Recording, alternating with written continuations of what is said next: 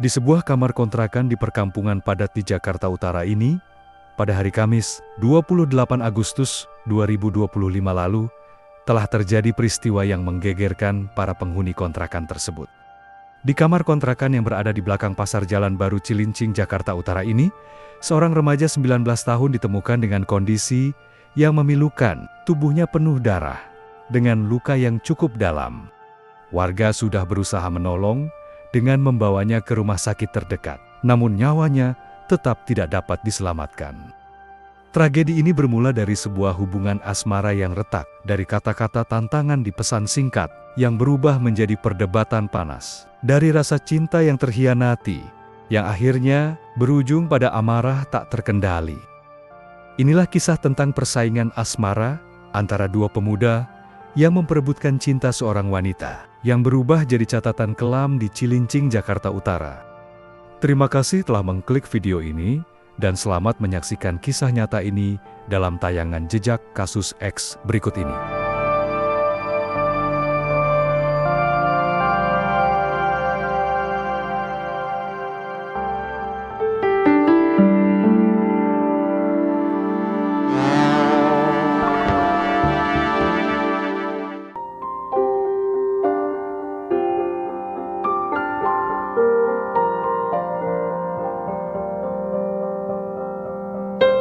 Peristiwa yang menggemparkan warga Kalibaru, Jakarta Utara itu bermula dari kisah cinta seorang pemuda 26 tahun bernama AS.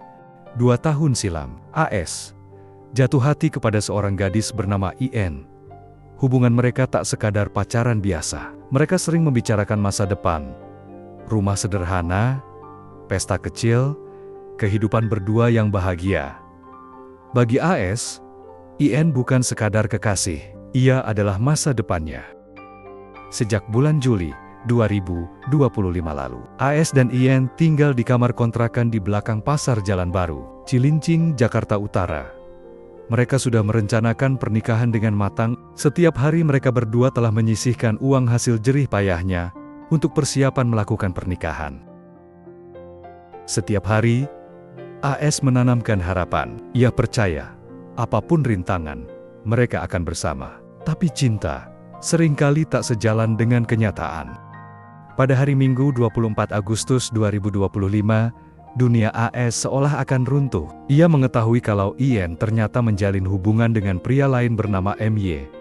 Ia tidak tahu persis sejak kapan perselingkuhan itu terjadi. Rasanya seperti ditikam dari belakang. Semua janji yang dibangun 2 tahun seolah hancur dalam semalam.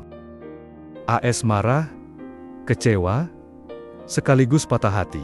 Ia mencoba menghubungi IN, tapi akhirnya menyerah. Hubungan itu resmi berakhir. Telepon dan pesan dibiarkan menggantung, sunyi.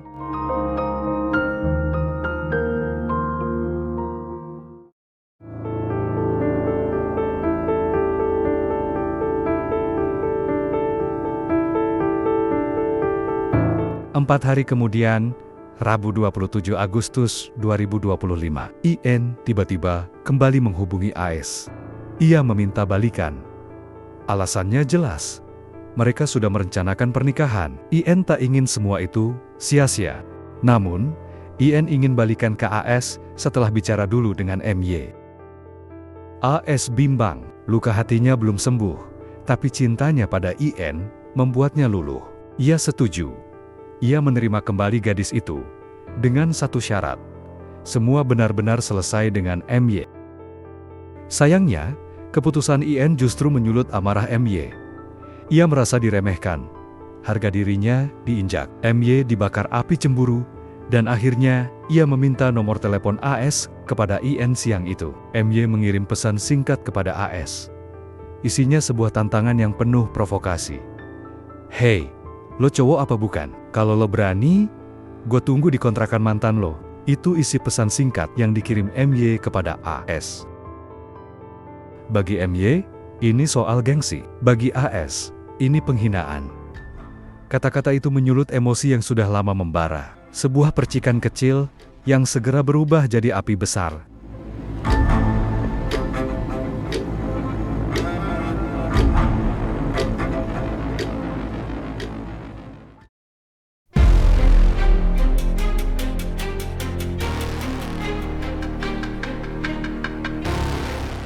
Kamis, 28 Agustus 2025. Sekitar pukul 2 siang, AS baru saja bangun dari tidur. Ia sangat kaget dan terkejut melihat sebuah pesan elektronik dari MY yang berisi sebuah tantangan. Ia pun marah. Emosinya memuncak. Ia keluar kamar dengan tergesa-gesa. Sebelum keluar, ia mengambil sebilah badik yang ia simpan di lemari. Tujuannya hanya untuk menakuti MY dan berjaga-jaga. Ia lalu berangkat ke kontrakan IN dengan hati penuh amarah. Di tengah perjalanan, AS bertemu dengan kawannya di sekitar lokasi kontrakan dan memintanya untuk mengantar ke lokasi kontrakan IN. Ketika tiba, pintu kontrakan tidak terkunci. AS masuk. AS menegur MY, mempertanyakan maksud dari pesan tantangan itu. Namun jawaban MY justru memperkeruh suasana. Kata-kata kasar meluncur, nada merendahkan, membuat AS semakin emosi. IN berusaha menenangkan, temannya ikut melerai. Sesaat, suasana mereda. Di saat emosi AS mereda, rupanya MY tidak tinggal diam. Ia menelpon teman-temannya, meminta mereka datang dengan membawa senjata tajam. Bagi AS, itu ancaman serius. Ia merasa dikepung, merasa terpojok. Amarah yang sudah membara, kini meledak tak terkendali. Percekcokan mulut kembali terjadi. Mereka saling berdebat, saling tuduh, dan saling menyalahkan. Kata-kata kasar terlontar. Suara mereka meninggi. Emosi keduanya meledak. Suasana semakin panas. Dengan tangan gemetar, AS mencabut badiknya. Satu gerakan refleks membuat MY terkejut. MY terhuyung, lalu tubuhnya terjatuh di lantai. Seketika, teriakan pecah dari dalam kamar kontrakan. Panik pun melanda. IN menjerit histeris. Temannya berlari keluar kamar sambil berteriak minta tolong. Dalam hitungan menit, kontrakan itu dikepung warga. Beberapa berusaha masuk, tapi AS sudah kabur lebih dulu. Darah menggenang di lantai. Aroma tajam menusuk hidung. Warga berusaha menolong dengan membawanya ke rumah sakit terdekat. Namun nyawanya tetap tidak dapat diselamatkan. Salah seorang warga menghubungi kantor Polsek Cilincing, Jakarta Utara. Polisi langsung terjun ke lokasi yang berada di belakang Pasar Jalan Baru Cilincing. Garis polisi dipasang. Polisi melakukan penyelidikan. Para saksi langsung diperiksa. Dari keterangan para saksi, polisi menyimpulkan bahwa MY merupakan korban penganiayaan yang menyebabkan meninggal dunia.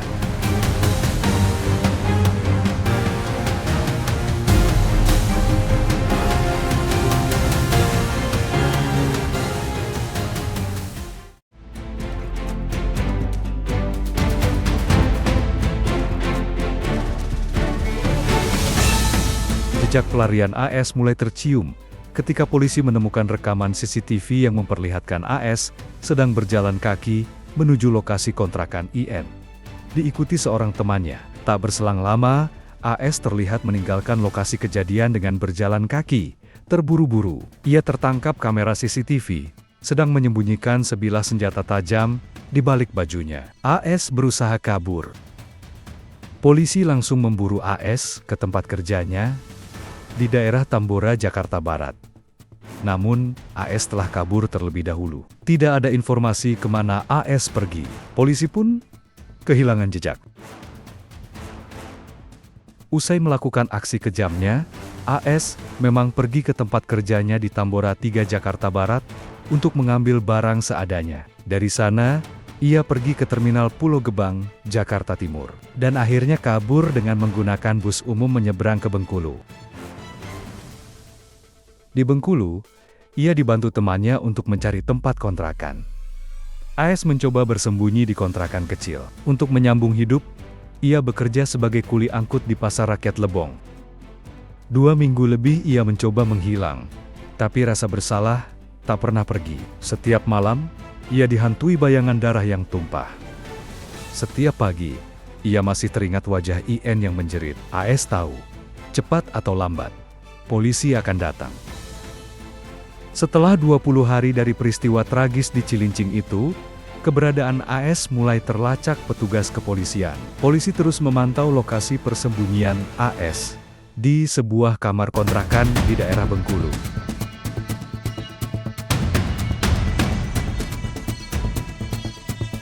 Rabu 17 September 2025, tim gabungan kepolisian, Polsek Cilincing, dan Polres Jakarta Utara, serta dibantu aparat Polda Bengkulu, akhirnya berhasil menangkap AS di tempat kontrakannya pada malam hari. Ia ditangkap tanpa perlawanan. Dalam diam, AS hanya menunduk. Ia tahu, semua sudah berakhir. AS dibawa kembali ke Polres Jakarta Utara untuk menjalani serangkaian proses pemeriksaan. Polisi menyita rekaman CCTV, senjata tajam berupa badik, dan baju yang digunakan AS untuk melakukan perbuatan kejinya. Perjalanan pelarian yang penuh ketakutan itu pun selesai. Kini, ia harus menghadapi konsekuensi hukum atas perbuatannya. AS dijerat dengan pasal 338 KUHP tentang pembunuhan dengan sengaja, serta pasal 351 ayat 3 KUHP tentang penganiayaan berat yang menyebabkan kematian, dengan ancaman hukuman 15 tahun penjara.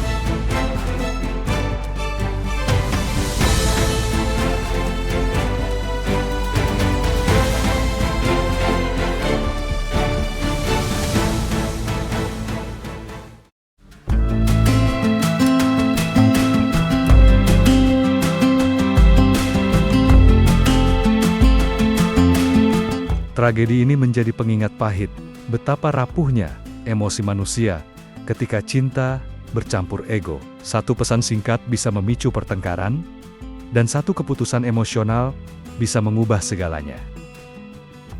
MY kehilangan nyawanya di usia muda. IN kehilangan dua pria sekaligus. Satu pergi untuk selamanya, satu lagi mendekam di balik jeruji. Dan AS harus menanggung konsekuensi atas tindakannya, bersama penyesalan yang mungkin tak pernah hilang. Beginilah sebuah cinta segitiga di Cilincing yang berakhir bukan dengan pernikahan, melainkan dengan tragedi.